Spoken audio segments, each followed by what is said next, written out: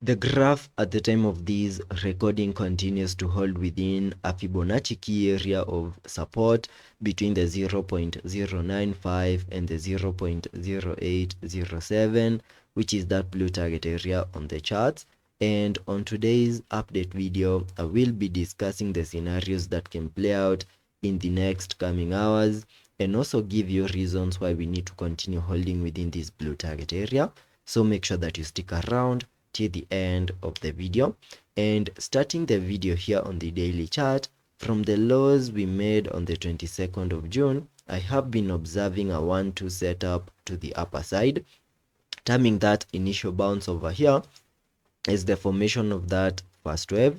Then we started a bit of a breakdown move in the formation of that second wave after we picked in the formation of that first wave into the minimum target areas highlighted on the charts using that blue target area. And since we have almost fully maximized the minimum target area for the second wave, there's a very high chance that in the next coming days we can easily get a bounce in the formation of that wave 3, then expect a wave 4, and then continue pushing even higher in the formation of that wave 5.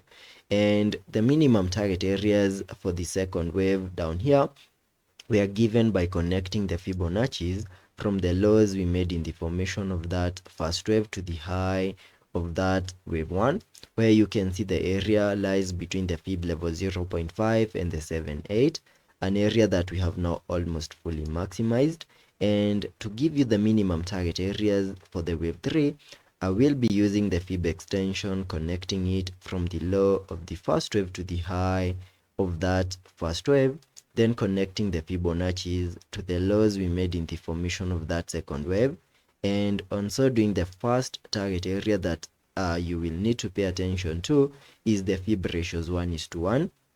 and that lies above the 0.1363. And the moment we manage to fully maximize that target area, we can expect a short-term pullback in the formation of that wave 4, and then continue pushing even higher in the formation of that wave 5. And remember, for us to continue seeing higher prices, we also need to see a break above two significant swing highs, and the first one lies above the 0.1203. Then the second one lies above the 0.1308. The moment we manage to break above those two significant swing highs, then we can continue expecting higher prices here on the graph chart in the next coming days.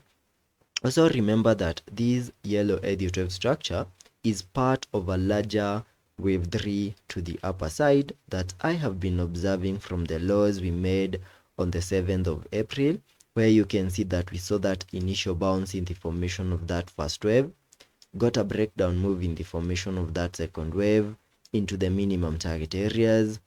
highlighted on the chart using that yellow target area, an area that we fully maximized. Then we saw a bit of a break to the downside of that yellow target area, grabbing some liquidity to the on the lower side. Then we continued to see these bounce over here, and that means that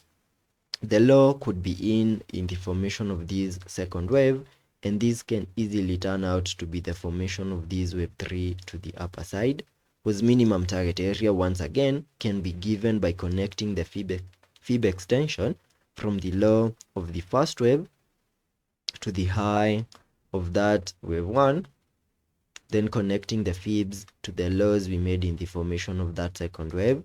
And the area that I will pay attention to lies on the Fib level 1.618 as my first minimum target area, and that is above the 0.1737 in the next an area that we can easily hit in the next coming weeks. So that is all that I expect here on the GRT chart on the short term and also on the long term, and let us be patient and see how that plays out, and I will ensure you stay up to date.